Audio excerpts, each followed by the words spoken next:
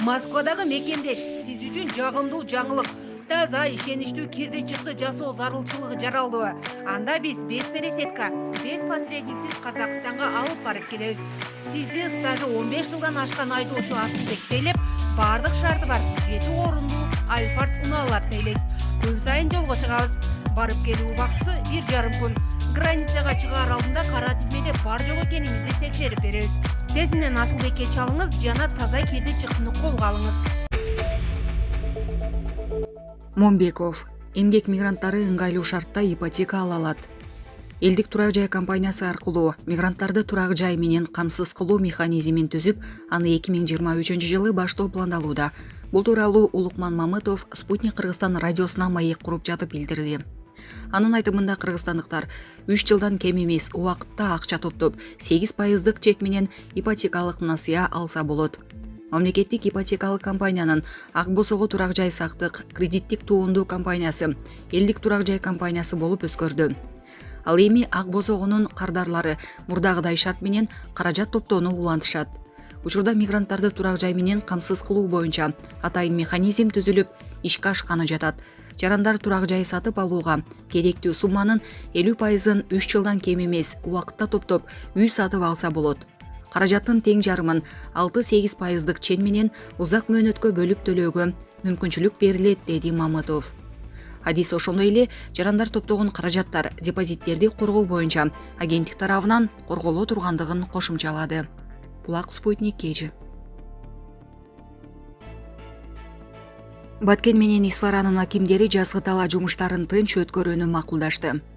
Баткен районунун акими Учкунбек Жоробаев Аксай айыл өкмөтүнүн Тумба жерлегинде Тажикстандын Исфара районунун төрагасы Баховадин Бахадурзода менен жолугушту.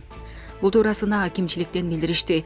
Жолугушууга эки тараптын күч түзүмдөрүнүн өкүлдөрү, райондук суу чарба башкармалыгынын жана башка тиешелүү органдардын жетекчилери катышкан.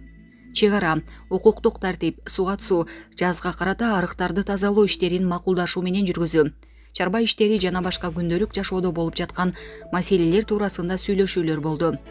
Андан сырткары эки элди түрдүү провокациялык чакырыктарга алдырбоо маселеси каралып, чек аралаш аймактарда туруктуулукту сактоо талкууланды деп айтылат маалыматта. Ошондой эле жазгы тала жана вегетациялык жумуштарды тынч өткөрүү максатында суу чарба жана башка тиешелүү мамлекеттик органдардын өкүлдөрүнөн турган атайын жумушчу топ түзүлгөн.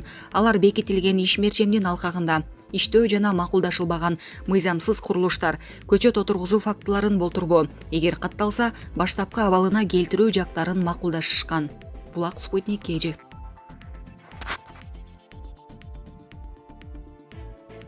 Көмүскө кумар оюндарын уюштургандарды 7 жылга эркинен ажыратуу сунушталды.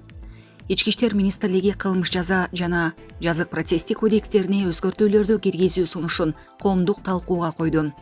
Алар кумар оюндарын мыйзамсыз уюштурууга жана өткөрүүгө тиешелүү. Жашыруун казинолор, мыйзамсыз букмекерлик дүкөндөр жана кумар оюндарынын жабдууларын, анын ичинде интернетте колдонгондор 5 жылдан 7 жылга чейин эркинен ажыратуу менен жазаланат.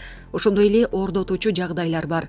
Эгерде ошол эле иш уюшкан кылмыштуу топ тарабынан жасалса же процесске балдар аралашса, анда мындай кылмыш үчүн 7 жылдан 12 жылга чейин жаза берилиши мүмкүн.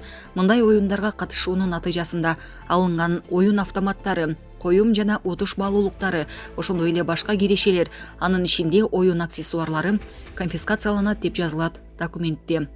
Кумар оюндарын уюштуруучу тарабынан мыйзамдын талаптарын бузгандыгы же аткарбаган үчүн 200 000 сом айып салынат. Булак Назар Ньюс кежи. Туркиядагы жер титирөөнүн кесепетинен Кыргызстандын бир жараны каза болду. Бул тууралуу Тышкы иштер министрлиги 11 февралда билдирди. Маалыматка ылайык каза болгон жаран Катай шаарында эмгектенип келген маркумдун өздүгү жакындары тарабынан аныкталган. Кыргызстандын Анталиядагы башкы консулдугунун өкүлдөрү жеринде болуп, документтерди даярдоого жана маркумдун сөөгүн мекенине жөнөтүүгө көмөктөшүүдө. Булак Супер кежи. Өлкө башчы Садыр Жапаров 12-14 февралда Будапештке расмий сапар менен барат. Бул тууралуу президенттин администрациясынын тышкы саясат бөлүмүнүн башчысы Муратбек Азымбакиев билдирди. Иш сапардын алкагында Садыр Жапаров Венгриянын президенти Каталин Новак менен эки тараптуу сүйлөшүүлөрдү өткөрөт. Президенттер эки тараптуу жана көп тараптуу кызматташуунун актуалдуу маселелерин, ошондой эле кызматташтыкты мындан ары өнүктүрүүнүн келечегин талкуулашат. Президент Садыр Жапаровдун Венгриянын улуттук ассамблеясынын спикери Ласло Кевер жана премьер-министри Виктор Орбан менен жолугушуусу да пландалууда. Бир катар эки тараптуу документтерге кол коюу пландалган. Мындан башка, бул күндөрү Будапештте кыргыз жана венгриялык ири компаниялардын катышуусунда бизнес форум өтөт деп билдирди Муратбек Азымбакиев. Булак Супер KG.